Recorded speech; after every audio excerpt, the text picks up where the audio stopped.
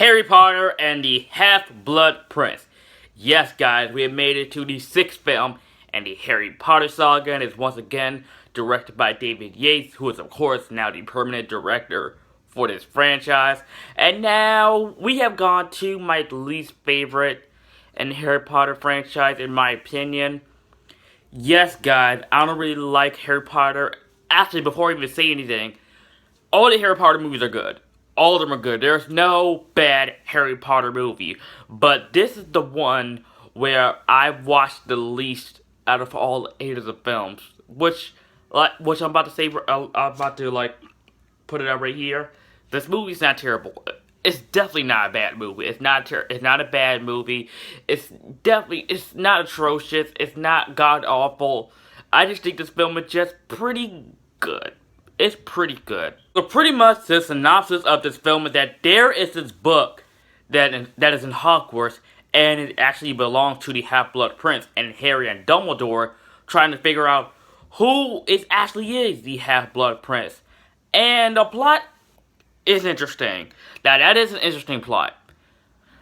But the film itself is too dark.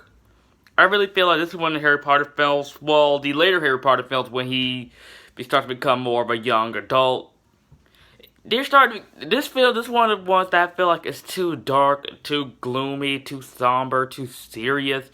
Just the look of this movie is dark. This movie looks dark. And that's my biggest issue of the Half-Blood Prince. Of course, this is not a bad movie, it's not. But this is my main problem, is that the movie overall is way too dark, and this movie is rated PG. This is the last Harry Potter film to be rated PG. PG is not the appropriate rating for this movie. PG-13 is much more appropriate rating for this film. This movie does not deserve to be rated PG. That's my another biggest complaint about this movie, is rated PG. Why? I don't know. But of course, there's a lot of good stuff about this movie. There is, which I am about to get to. I freaking love the father-son relationship between Harry and Albus Dumbledore.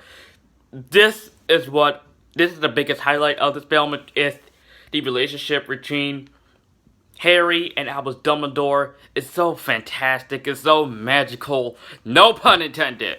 No pun intended. But really, the relationship between these two were just so great. Also, of course, Harry, Ron, Hermione, great trio. Enough said. I said that too many times about other Harry Potter reviews. I also do love I'm about to say Hagrid. Dumbledore's new partner in this film, Slughorn, who was very hilarious. I love how he was a couch at first. Then he transformed into a human self, Transformer style. That was very cool. I'm like, so this is like the couch version of Optimus Prime or what? That was very cool. The magic, all the stuff in the Harry Potter films, freaking-tastic. This is what I love about the Harry Potter film. The magic, the world, just the fantasy world of Harry Potter, just amazing. That's amazing. Yes, and I'm glad that I got a chance to go see The World of Harry Potter in Universal 2 years ago. I'm going to Universal again this December, so can't wait to see it again. Scene I thought that was really funny, where it was a class, and then Harry was mixing all the potions, and then Hermione had a hard time mixing the potions. I cracked up, and so Harry's having a good time with it, while Hermione was just struggling. Her hair was crazy. She's having a rough time with it, and it shows that, yeah, Hermione, you can't always be the smart one. You just can't. I also thought that was very funny that the Weasley twins actually own their store called the Weasleys Wizard Wheezies. I thought that was actually very funny, because the Weasley twins, they're very fun characters. I don't mind the Weasley twins, they're very funny, and the scene at them at their store was hilarious. I also do love the funny subplot that Ron has a new girlfriend, Lavender, and Hermione is very jealous of that, and I thought that was very funny that, of course, Ron has a girlfriend, she likes him, and Hermione's not feeling that. She's all like, girl, what are you doing with Ron? That's my man, that's my... I'm sorry, I can't do that. I can't. Harry and Ginny are also having a little romance thing going on, which is very sweet. My Harry Potter is growing up. Oh my god. Also do love how Malfoy Draco Malfoy is getting more evil and evil in this film, and it really makes me hate the character even more, which I already hate the little douchebag anyway, so yeah, Tom Felton, this actually has to be my favorite performance of Tom Felton that Draco Malfoy is in this film. He's even more of a dick in this film than he was in the other films. I hate Malfoy. I hate that little snot-nosed brat. What's very interesting about this film, we actually get to explore Tom Felton, aka Lord Voldemort, when he was younger as a kid, which adds a lot more to the character in this film. And that's one of the things that I did really find very interesting about this movie. Even though this was has a dark, serious tone, and this movie rated PG, I already said all that stuff. But seeing him as a kid, we saw a little bit of that in Chamber of Secrets. We saw the teenage Tom Felton. We saw him, well, we never get to see him as a kid. We never get to see his childhood was like it. And to see what Dumbledore was doing the firestorm, freaking awesome. Wow, like I said, this movie has a lot of great moments.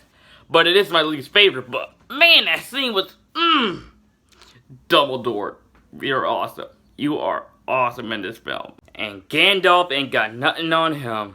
And of course, Dumbledore dies. Now, this isn't a spoiler for people who have read the book when this movie first came out, but people who haven't read the book, when they first saw the scene, were shocked out of their mind like, Dumbledore is dead? What? And he is killed by none other than Severus Snape, who has revealed himself to be the Half-Blood Prince. Dang. And of course the movie ends with just Harry, Ron, Hermione just looking out. And of course, it's not over. It is definitely not over. Like I said before, this movie is not bad. It's not bad. I don't hate the movie. It is, in fact, my least favorite in this franchise. I actually watch this movie the least out of all 8 of the films. But, of course, when I marathon the movies, of course, I gotta have to watch this film. But, of course, I don't hate it. None of the Harry Potter films are bad. None of the Harry Potter films are terrible. This movie is really good. It's really good. But, I actually find it the least enjoyment out of it, though. I'm gonna give Harry Potter and the Half-Blood Prince a B-. We're almost done. We're almost done. Stay tuned for my reviews of Deathly Hallows Parts 1 and 2 next month, leading up to Fantastic Beasts and Where to Find Them. Oh, yes, guys. We're almost there. So let me know what you guys think of the Half-Blood Prince in the comment section down below. And as always, guys, if you're new to my channel and you like this video, like, comment, subscribe, and I'll see you guys next time.